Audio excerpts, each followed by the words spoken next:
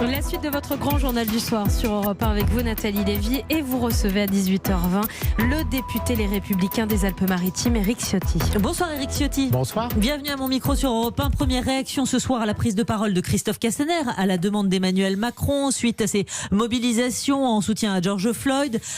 Il s'est exprimé très clairement en réclamant au sujet du racisme dans les forces de l'ordre, une tolérance zéro. On va refaire un petit point rapide. Interdiction de la méthode controversée d'étranglement, formation des agents, sanctions, c'est-à-dire suspension systématique pour chaque soupçon avéré de racisme.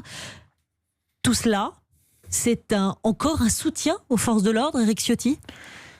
Il y a eu un soutien dans les mots. Il y a des mesures, et ces mesures individuellement, en tout cas, certaines d'entre elles sont utiles. Je pense à l'utilisation plus généralisée des caméras piétons. Lors des contrôles d'identité. C'est une demande que j'ai personnellement formulée. Je crois que ça serait une mesure de protection, à la fois pour les forces de l'ordre, parce qu'elles sont très souvent victimes de faux procès et de manipulations. Donc ces caméras piétons sont aussi un élément de sécurité des forces de l'ordre. Et puis, naturellement, pour les personnes qui se trouvent en situation de confrontation avec les forces de l'ordre. Après, il y a des mesures sur la formation. Elles sont naturellement utiles. Mais pourquoi Christophe Castaner ne les a-t-il pas prises jusqu'alors ? Il a même diminué les heures de formation. Les formations aux techniques d'interpellation et au tir, par exemple, c'est à peine 12 heures par an. Donc il y a eu une diminution. Après, il y a une mesure que j'aimerais comprendre. Bon, il faudra sans doute des explications. La suspicion systématique en cas de soupçons avérés de racisme. Alors, attention de ne pas réhabiliter la loi des suspects. La suspicion n'est pas une preuve. Moi, j'attends qu'il y ait quand même des enquêtes équilibrées. Peut-être que la justice soit saisie, mais attention à ce que des délinquants ne trouvent pas une faille pour systématiquement s'opposer aux policiers, puisque s'il y a simplement une dénonciation, j'ai reçu des messages de certains policiers qui auraient attendu aussi, au-delà des mots, un peu plus de soutien. J'entends. Mais justement, Éric Ciotti, je suis presque surprise ce soir de votre réaction, parce que je m'attendais à quelque chose de plus critique. Peut-être du type, il va trop vite, il réagit face à la pression médiatique. On a vu ces mobilisations très fortes et encore demain. Action-réaction, sans même mettre les syndicats de policiers autour d'une table. Toute disposition qui permet de mieux lutter contre des actes racistes, d'où qu'ils viennent et dans quelque institution que ce soit, naturellement, sont les bienvenus. Le racisme est une abomination. Donc vous concédez qu'il y a du racisme, des faits de racisme et des paroles racistes dans les forces de l'ordre Il peut y en avoir. Ce sont des dérives individuelles. Ce que je conteste et ce que je dénonce avec force, c'est ce procès collectif totalement injuste et disproportionné qui est fait à la police de France. La police de France, elle est républicaine. Elle est au service de la loi, elle est au service de la protection de tous. Et je dis, j'aurais attendu aussi de la part du ministre de l'Intérieur qu'il dépose des plaintes contre ceux qui ont porté des messages de haine contre la police, contre Camilla Jordana, et ça, il y a été qui a dit que la police massacrait des citoyens. On voit sur les réseaux le déferlement de haine de certains qui veulent déstabiliser notre société. Qu'aurait dû dire aujourd'hui Christophe Castaner à ce sujet? Il y a été très peu fait allusion. Mais bien sûr, mais j'attends aussi qu'il y ait des réponses sur les actes contre les policiers qui sont extraordinairement violents, de plus en plus fréquents, dangereux. Il y a aujourd'hui, il faut le savoir, en moyenne 100 agressions, plus de 100 agressions par jour contre des policiers et des gendarmes. Et donc c'est pour ça que j'y reviens. Est-ce que vous trouvez le discours de Christophe Castaner et les mesures annoncées équilibrées ?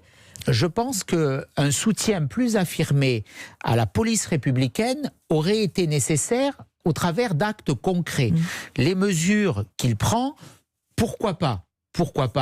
Dans la mesure où cela va dans le sens d'une plus grande protection, je n'y suis pas opposé et transparence. Mais pour qu'on soit cohérent et pour qu'on ne laisse pas les policiers livrés à une vindicte qui soit totalement injuste, il faut qu'il y ait une réponse et des actes contre ceux qui agressent les policiers. Mais c'est pas pour autant une tolérance zéro trop unilatérale. S'il y a ces incidents aussi, c'est parce que des gens ne se soumettent pas à la loi. Quand on demande à un délinquant d'obtempérer et qu'il refuse, il faut bien l'interpeller. Alors bien sûr qu'il ne faut pas qu'il y ait des pressions sur le coup, je l'entends, mais il faut aussi que ceux qui agressent les policiers, notamment, fassent l'objet de sanctions plus fortes. J'ai proposé il y a plusieurs mois, plusieurs années même, des peines planchées systématiques contre ceux qui agressent les policiers. Il faut aussi cette réponse. Éric Ciotti, justement, vous soutenez-vous aujourd'hui un projet de loi qui prend le contre-pied? Il interdit la diffusion de toute image de policiers, gendarmes ou douaniers dans l'exercice ou non de leurs fonctions. Qu'est-ce que cela veut dire? Quel est l'objectif de cette proposition? L'objectif, c'est de protéger les policiers, de flouter leur image. Non pas... De les protéger ou justement de dissimuler? Bien sûr, de les protéger, parce que n'oubliez pas les agressions dont certains policiers ont été victimes. Oui, mais c'est dangereux dans ce contexte, Éric Ciotti. Ça peut être pris comme de la provocation, comme de la dissimulation. Cette proposition de loi date d'un mois. Elle était bien avant les faits de ce qui s'est passé aux États-Unis. Elle a été déformée, elle a été détournée. On a dit que j'ai voulu interdire de filmer. C'est ça. J'interdis simplement, je souhaite dans cette proposition de loi, interdire la diffusion d'une image identifiable. C'est le titre de la proposition de loi. Il faut être précis. Donc elle tient toujours cette proposition. Des accusations. Bien sûr qu'elle tient toujours. C'est une demande forte des policiers. Vous savez le nombre de policiers qui sont pris pour cible, qui sont attaqués. Pensez quand même, ça fera bientôt 4 ans à Jessica Schneider et Jean-Baptiste Salvin qui ont été assassinés chez eux devant leur enfant de 3 ans parce qu'on avait eu connaissance de leur identité. N'oublions pas ces policiers aujourd'hui. Je voudrais qu'on pense à eux. Bien sûr. Parce que ce sont eux qui nous protègent. Ils ont fait face à la menace islamiste, ils ont fait face à la violence dans la rue. Ils sont là pour nous protéger aussi. Est-ce que Christophe Castaner, aujourd'hui que Jean-Luc Mélenchon, par exemple, remet en cause en tant que ministre de l'Intérieur, a l'entière responsabilité des violences policières? Le ministre de l'Intérieur donne des instructions, une doctrine notamment du maintien de l'ordre.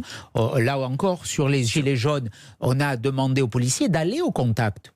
Et c'est une position que je peux comprendre. Mais il ne faut pas laisser porter la responsabilité aux seuls policiers. Les policiers, ils obéissent à des ordres aussi. C'est un peu trop facile de dire que c'est les policiers qui ont eux seuls la responsabilité de ces incidents. On leur a demandé d'exécuter une nouvelle doctrine du maintien de l'ordre en allant au contact. Et aujourd'hui, on a le sentiment de leur reprocher. Je trouve qu'il y a une part d'injustice dans cette attitude. Christophe Castaner est toujours aux commandes. Il a intérêt à être maintenu. On parle d'un remaniement de plus en plus. Christophe Castaner au poste de ministre de l'Intérieur pour finir ce quinquennat. Cela fait sens pour vous et ce sera ma dernière question. C'est le choix du président de la République. Oui, mais moi, je connaissez cette mission, mais personne. Que la sécurité des Français soit assurée.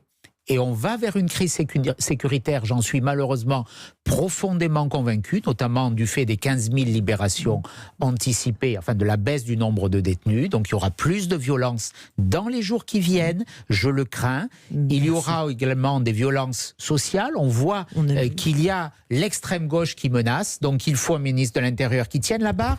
Et il faut un ministre de l'Intérieur qui ait aussi la confiance des policiers. Il la tient. Il la tient, Éric Ciotti? C'est un débat qui est ouvert. Les bilans, en tout cas, ne plaident pas dans le sens de l'efficacité pour lui. Pour Christophe Castaner. Merci beaucoup, Éric Ciotti, d'avoir répondu ce soir à mes questions sur Europe 1. Merci beaucoup.